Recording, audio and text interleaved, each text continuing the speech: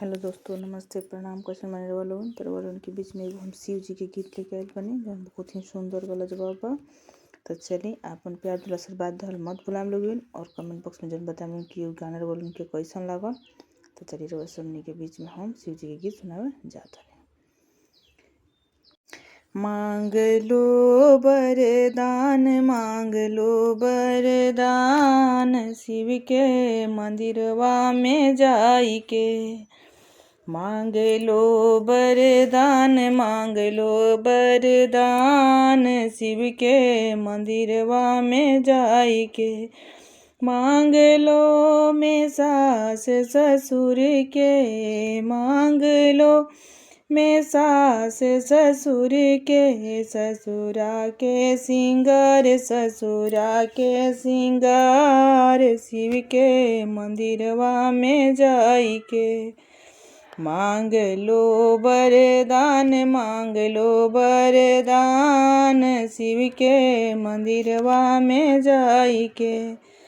मांग लो में भाई भतीजवा, मांग लो में भाई भतीजवा, नैहर के सिंगार, नैहर के सिंगार, शिव के मंदिरवा में जाई के। मांग लो वरदान, मांग लो वरदान, शिव के मंदिरवा में जाई के।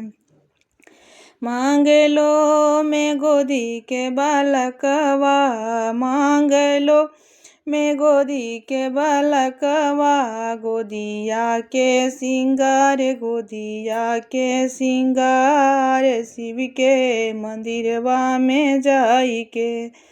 मांग लो वरदान, मांग लो वरदान, शिव के मंदिरवा में जाई के। मांग लो में सुंदर बलमुआ, मांग लो में सुंदर बलमुआ, सभवा के सिंगार, सभवा के सिंगार, सभवा के सिंगार, से जिया के सिंगार, शिव के मंदिरवा में जाई के। मांग लो वरदान, मांग लो वरदान, शिव के मंदिरवा में जाई।